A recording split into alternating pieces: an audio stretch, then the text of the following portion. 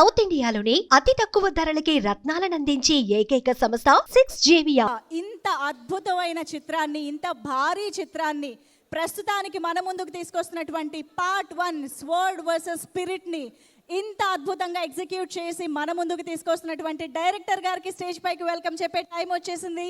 Put your hands together to welcome Jyothi Krishna గారు on to the stage. Pawan Kalyan గారిని, the power స్టార్ని అంతే పవర్ఫుల్గా స్క్రీన్ పైన మనందరికీ ప్రజెంట్ చేస్తున్నటువంటి డైరెక్టర్ జ్యోతికృష్ణ గారికి heartiest welcome on to the stage. Welcome sir, just few hours in theaters, so hearty congratulations in advance to you. So yes,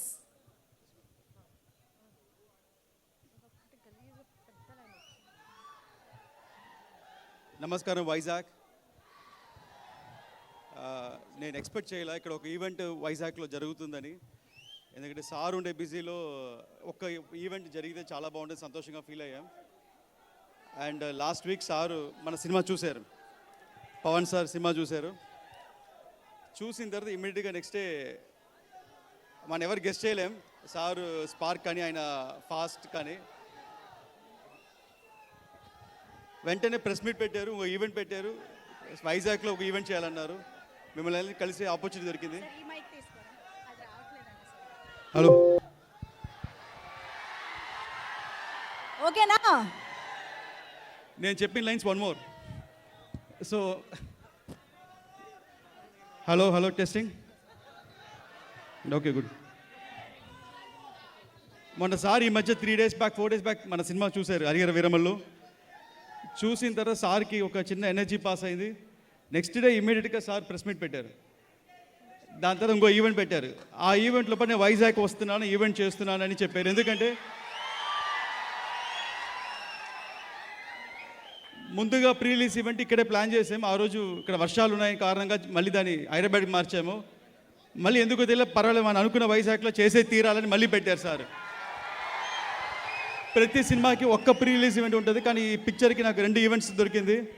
thank you sir, Pawan sir.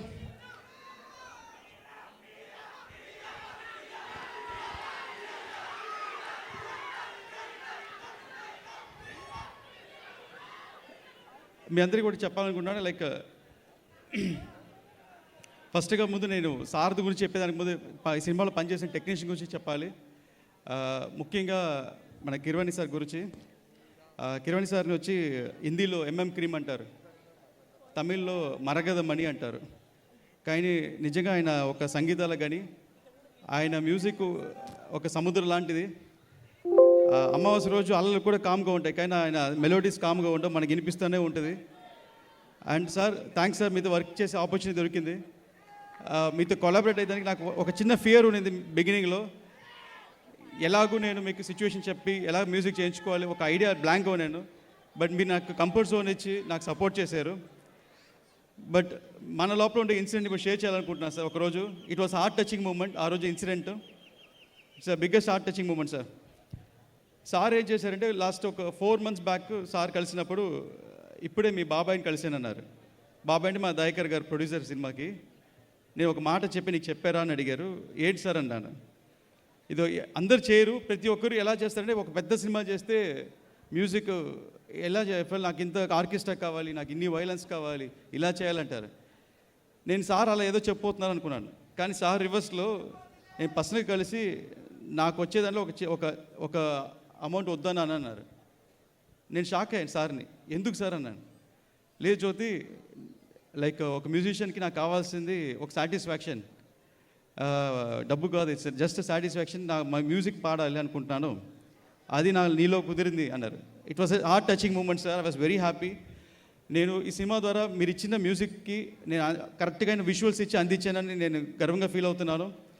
And every second నాకు background స్కోర్కి support చేశారు. Almost sir 60 days ఈ సినిమాకి background score చేశారు, 60 రోజులు. ఆయన ఉండే busy షెడ్యూల్లో పెద్ద సినిమాని కూడా మేనేజ్ చేస్తూ ఈ సినిమాని మేనేజ్ చేసి ఒక క్లైమాక్స్ మట్టుకు ఒక 12 days చేసి ఉంటారు సారు. అది మీరు ఈరోజు స్క్రీన్ మీద చూడబోతున్నారు. అలాగే ఈ సినిమా గురించి మాట్లాడాలంటే నేను జాయిన్ అయ్యేప్పటి సినిమాల ముందు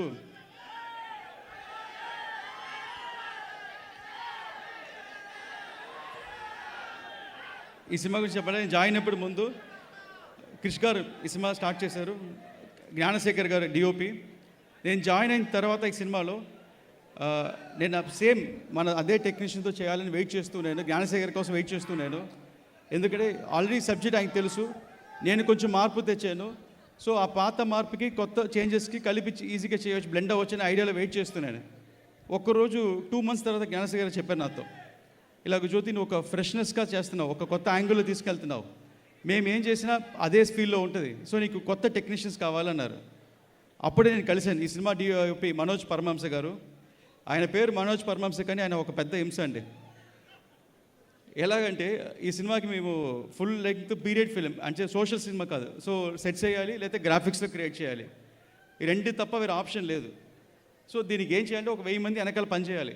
సో దానికి ముందు ఏ యాక్షన్ బ్లాక్ చేయబోతున్నాం ప్రతిదీ డిజైన్ చేసి మన పవన్ సార్ అప్రూవల్ తీసుకోవాలి.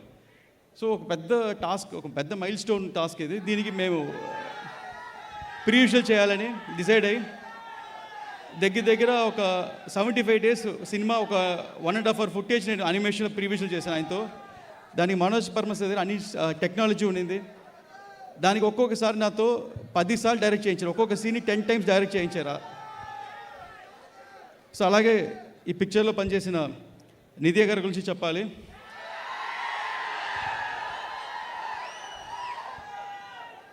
అండ్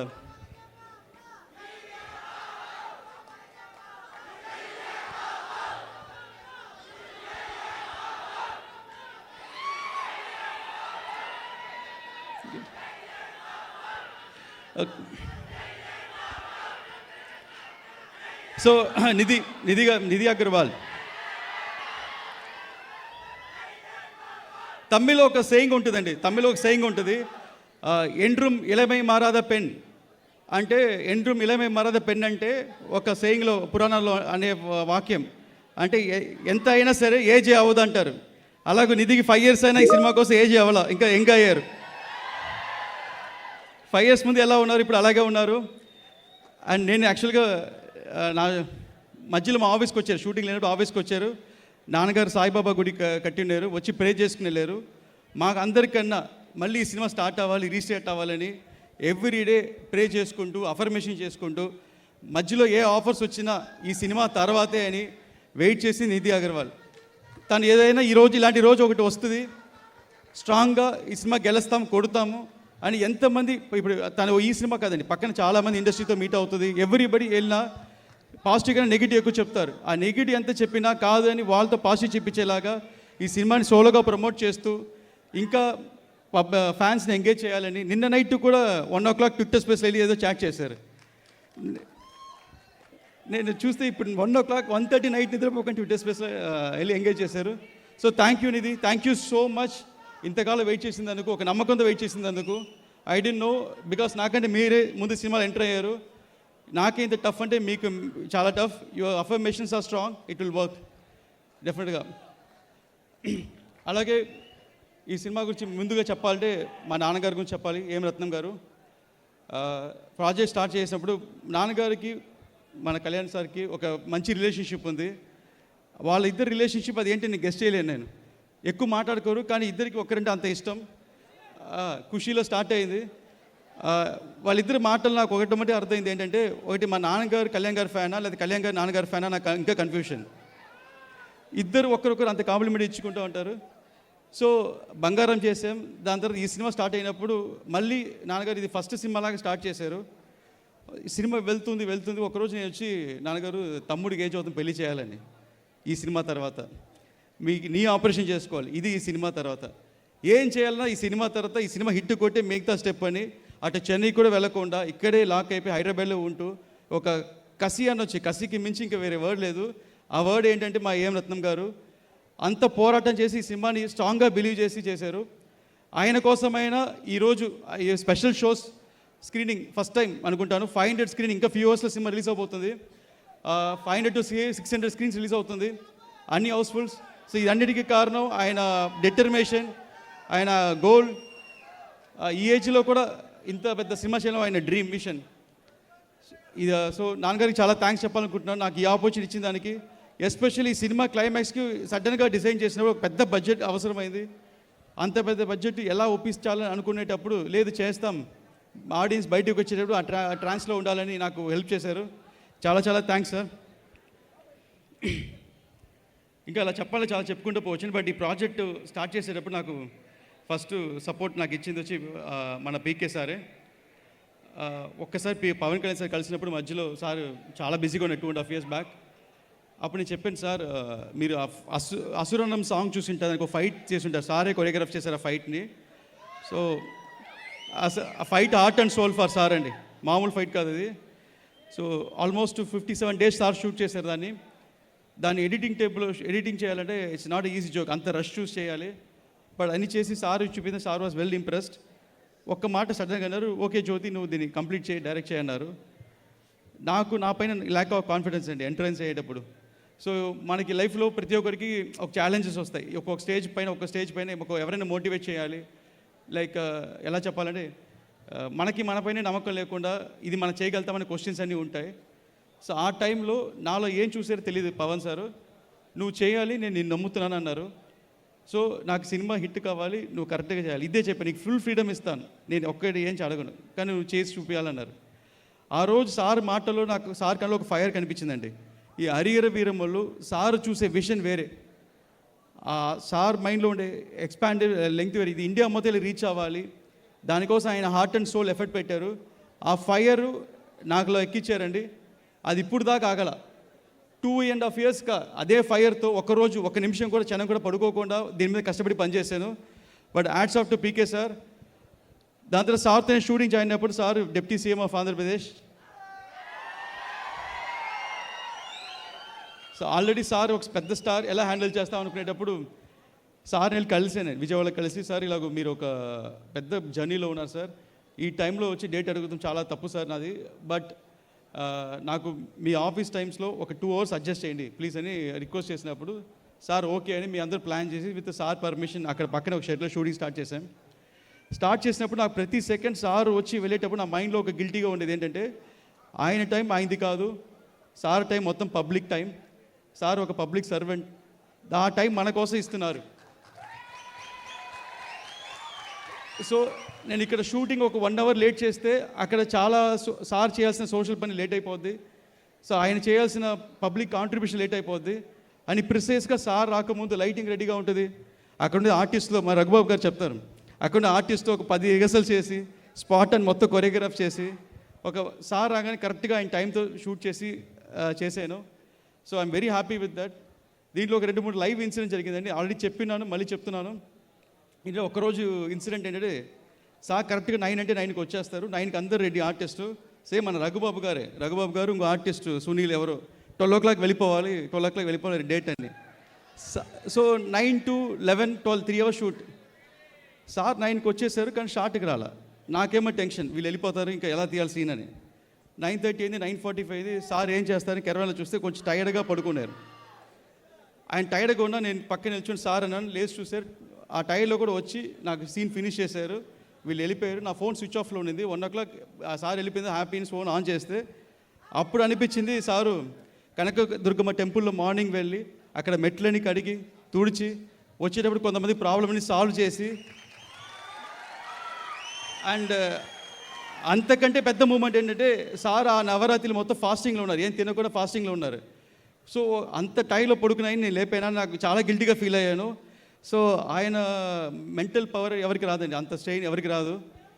సో అప్పుడు కూడా ఆ రోజు నుంచి మీరు చెప్పాను, నన్ను ప్రెషర్ పెట్టకపోతే ఫుల్ డేట్స్ నాకు ఇవ్వండి అని. అలాగే ఈ సినిమాలో రఘుబాబు గురించి చెప్పాలి. ఈ పిక్చర్కి ఒక సెకండ్ హీరోయిన్ అంటే రఘుబాబు గారు అండి.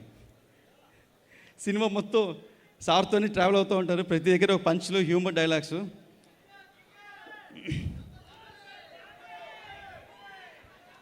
అండ్ ఇంకో విషయం కూడా చెప్పాలండి, సార్ పోలికల గురించి చెప్పాలి, సార్ చేసిన రిజంబల్స్ గురించి చెప్పాలి.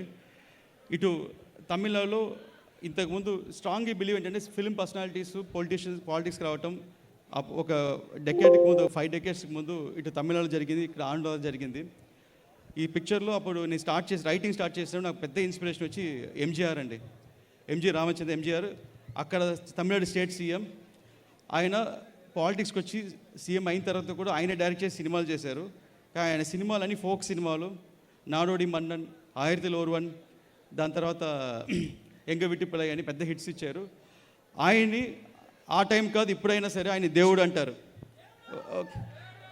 ఎంజీఆర్ని ఒక దేవుడు అంటారు. ఎందుకంటే ఆయనతో పనిచేసిన వాళ్ళు, ఆయన వల్ల బాగా ఉండిన వాళ్ళు ఇప్పుడు కలిసినప్పుడు పెద్ద పెద్ద ఆర్టీఓస్, జడ్జెస్ వాళ్ళందరూ కొన్ని రకరకాల స్టోరీలు చెప్తారు.